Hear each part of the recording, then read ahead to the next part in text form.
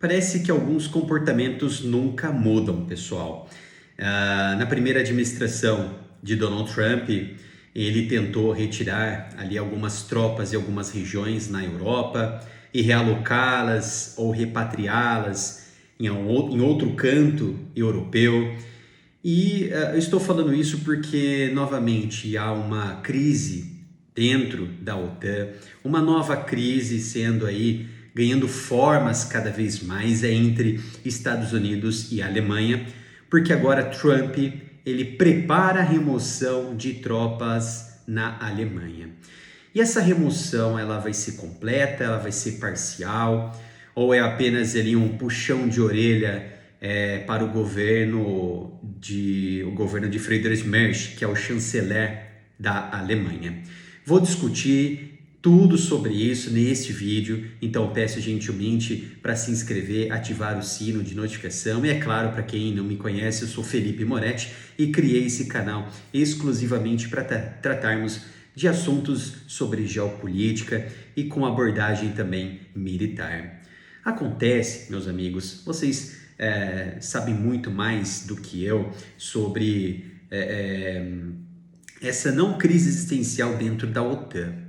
Pelo contrário, mas parece que há um caminho que Donald Trump está seguindo para tentar ganhar algumas retóricas dentro da aliança e assim buscar mais apoio e também aumentar o índice, ou melhor, o nível, né, de porcentagem de defesa dentro da aliança, porcentagem do PIB dessas nações, esses membros, 32 membros, voltados ali para a defesa da OTAN. Por quê? Sabemos que alguns países tendem a investir pouco por conta, é claro, proporcionalmente àquilo que eles arrecadam. E há outros que arrecadam muito, mas contribuem pouco para a defesa coletiva. Isso sabemos desde a sua existência lá na década de 40, logo após o fim da Segunda Guerra Mundial, onde houve uma partição de responsabilidades naquela época, na criação da OTAN, onde lideranças chaves naquela época, como os Estados Unidos e Reino Unido, doavam e compartilhavam o PIB, né, em defesa para a aliança da OTAN em assim, porcentagens absurdas, e com o tempo isso foi se dividindo até chegarmos nesse percentual atualmente existente, acima ali de 3%, e já está focando ali a longo prazo nos 5%, que não vai ser daqui a 1 ano, 2 anos, com certeza vai estar ali caminhando para uma casa de 10 anos para mudar novamente essa conformação de investimento em defesa. Mas acontece que, como o Trump ele já vem caminhando nesta mesma linha para puxar essas retóricas e colocar ali um holofote no que esses indivíduos estão fazendo, no que esses membros estão fazendo para a segurança coletiva, quando teve a guerra lá no Irã, parece que tudo mudou, todo o pensamento de Donald Trump em relação à aliança, ela foi colocada na mesa. Parece que ele trata esse assunto como uma martelada, né, de um julgamento, e afirmando que os membros deram suas caras e provaram quem eles são. Então Trump, ele caminha neste comportamento de buscar uma retórica dentro da aliança para trazer alguns pontos chaves que ele, no pensamento dele, prova que a aliança ela não está preparada para apoiar os membros e vem ignorando, enfraquecendo o próprio artigo 5º da aliança. Porém, é preciso aqui dar alguns contextos e detalhes de que Trump, muitas vezes, ele confunde alguns atos que aconteceram em 2001 com o que está acontecendo nesse momento, onde uma guerra provocada e isolada por parte dos americanos e dos israelenses tem cenários e mecanismos totalmente diferentes do que aconteceu em 2001, quando eles foram agredidos de forma injustificada. E assim a OTAN foi feito essa cobertura em favor dos americanos, foi então que eles declararam guerra ali contra o governo do Iraque, depois o governo primeiro, né, do Afeganistão, e depois o governo do Iraque, e houve todo aquele mecanismo de guerra ao terror.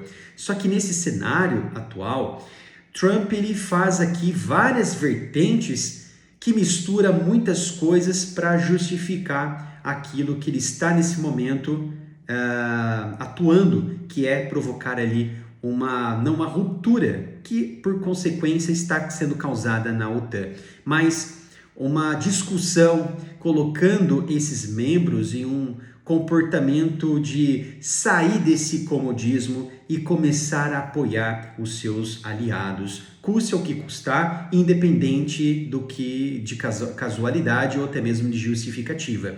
Então Trump ele critica, por exemplo, a Alemanha e outros membros da OTAN por não enviarem navios para apoiar as operações dos Estados Unidos lá na guerra contra o Irã. Porque o Irã, quando foi atacado, ele fez o que? Ele retalhou, bloqueando imediatamente o Estreito de Hormuz.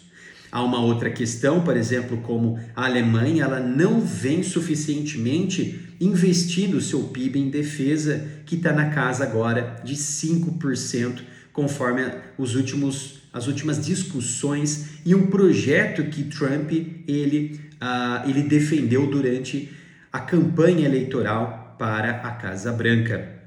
A outra questão também, neste momento, de algumas relações um pouco conturbadas dentro da OTAN. Por exemplo, Friedrich Merz, que é o chanceler da Alemanha, ele está em atrito direto agora com Donald Trump, porque ele esboçou um pessimismo em relação a essa operação americana contra o Irã, dizendo que os Estados Unidos foram humilhados pelo Irã nesta guerra, porque o Irã, um país com uma potência militar muito mais frágil, muito menor do que os americanos, que são nuclearizados, que tem o maior exército e a maior capacidade militar de atuação em várias partes do mundo, ele sofreu ataques, ele não conseguiu declarar uma vitória consistente e que no final todos realmente olhassem para o cenário e falassem: os Estados Unidos ganharam a guerra. Pelo contrário, isso não aconteceu. Mesmo as autoridades americanas dizendo que sim, nós ganhamos. A Casa Branca de Trump venceu a batalha contra o Irã. Mas vimos aqui o Irã bloqueando o Estreito de Hormuz, a economia sendo abalada, o sistema energético de todo o planeta sofrendo ali impactos nas ações do petróleo, principalmente o preço do petróleo em oferta, né? E assim vieram alguns movimentos de Donald Trump, sem dúvida, para tentar reajustar isso, porque o Irã atingiu o calcanhar de Aquiles de Trump, que foi a economia. Ele conseguiu abalar o mercado internacional. Houve muita pressão nas costas de Trump. O próprio Irã, ele continuou bloqueando, depois ele reabriu, depois ele bloqueou novamente, e agora, nesse momento, ele está expandindo esse bloqueio, entre aspas, para a região do Mar Arábico, onde está sendo concentrada as forças navais americanas, que fica ali bem na entrada do Golfo de Aden. Então, quando Friedrich Merz coloca esta frase que os Estados Unidos foram humilhados, isso coloca Donald Trump em uma fúria sem igual. Trump dificilmente ele esboça a sua raiva, só que agora ele esboçou. Ele colocou muitas mensagens lavando a roupa suja em público, apontando o dedo para a Alemanha através das redes sociais, e afirmou que ele está estudando neste momento a possibilidade e revisando a possibilidade de reduzir tropas dentro da Alemanha. E quando isso é colocado em público, mostra que há uma cisão ideológica dentro da organização e que coloca os Estados Unidos de volta ali em discussão, em atrito contra um membro como a Alemanha.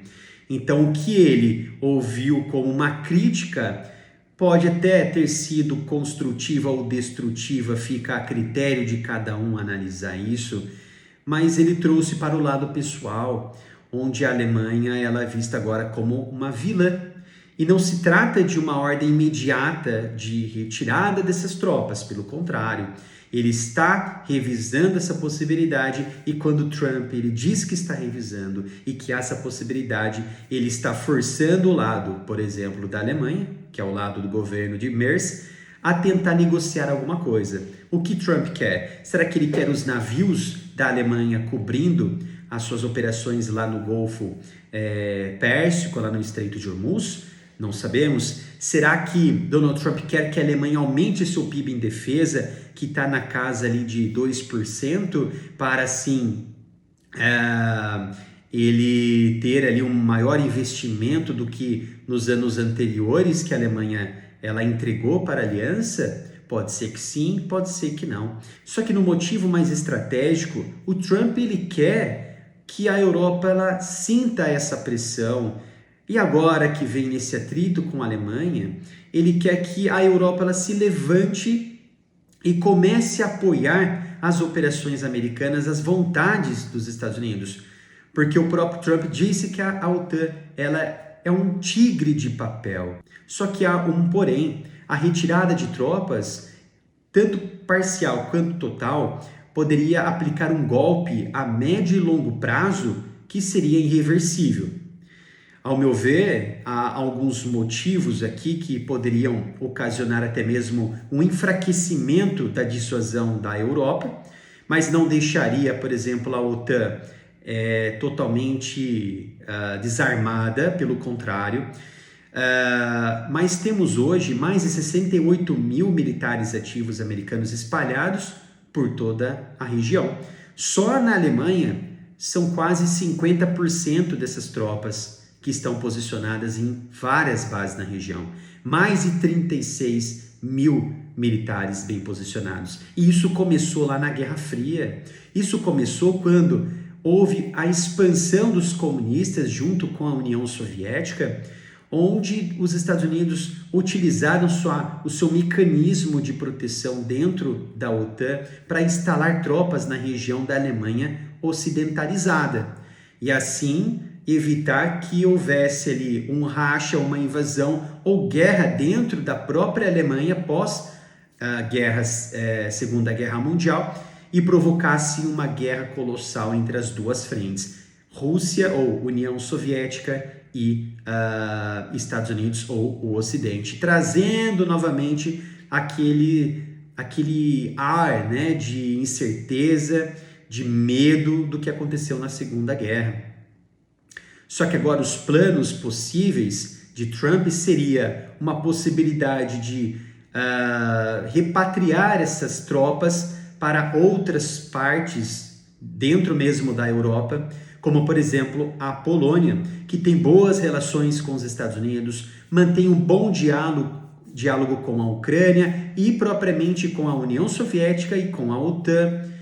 Só que aí a Polônia ela receberia uma vantagem substancial e enfraqueceria a Alemanha, que ela ficaria mais submissa a uma possível invasão da Rússia, que são fatores hipotéticos. Inclusive, a Alemanha ela fica do lado de um enclave estratégico da Rússia, que é o enclave de Kaliningrado, que entre o corredor de Kaliningrado, entre Kaliningrado e um corredor de Salt Gap, fica a Polônia, do lado da Bielorrússia, do lado da Ucrânia e muito próxima da Rússia.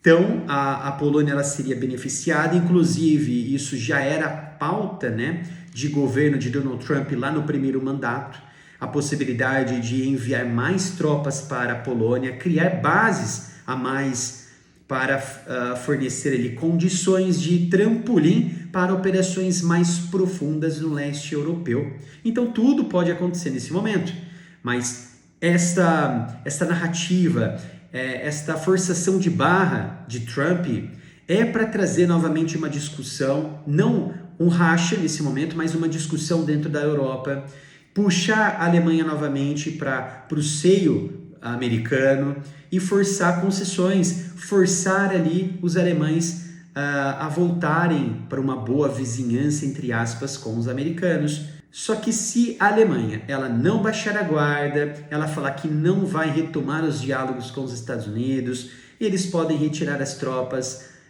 fiquem à vontade, e isso vai provocar e vai acelerar consequências de médio a longo prazo dentro da OTAN. Por exemplo, haveria uma perda de infraestrutura logística central da OTAN e também dos Estados Unidos dentro da Alemanha, por exemplo, ocasionariam impactos práticos como o enfraquecimento da dissuasão da própria Alemanha com a Rússia. A Rússia poderia ficar muito mais à vontade em lançar um ataque preventivo ou um ataque primário contra eles. Isso tudo de forma hipotética. A outra questão que isso poderia acelerar um racha dentro da OTAN, como Trump já ameaçou sair da OTAN. Trump já ameaçou em discursos anteriores enfraquecer a OTAN através da diminuição de investimentos em defesa. Há outro ponto interessante que é a retirada unilateral que enfraqueceria o artigo 5º ou a redução dessas formalidades, porque a Europa ela precisa de dissuasão, ela precisa de investimentos. Grande parte dos países membros da OTAN tem acordos estratégicos de defesa com os Estados Unidos, com o F-35, com o Patriot, com sistemas navais, com sistemas de satélite de constelação.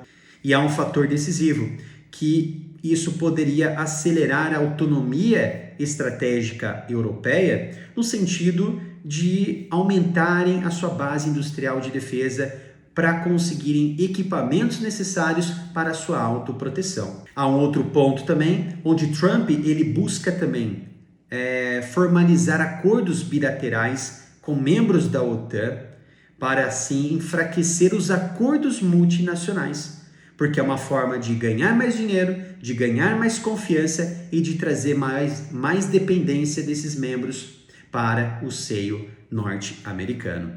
Espero que tenham gostado desta análise de hoje sobre essa crise entre Estados Unidos e Alemanha. Obrigado pela sua presença, não deixe de se inscrever e ativar o sino de notificação e nos vemos no próximo vídeo aqui no canal.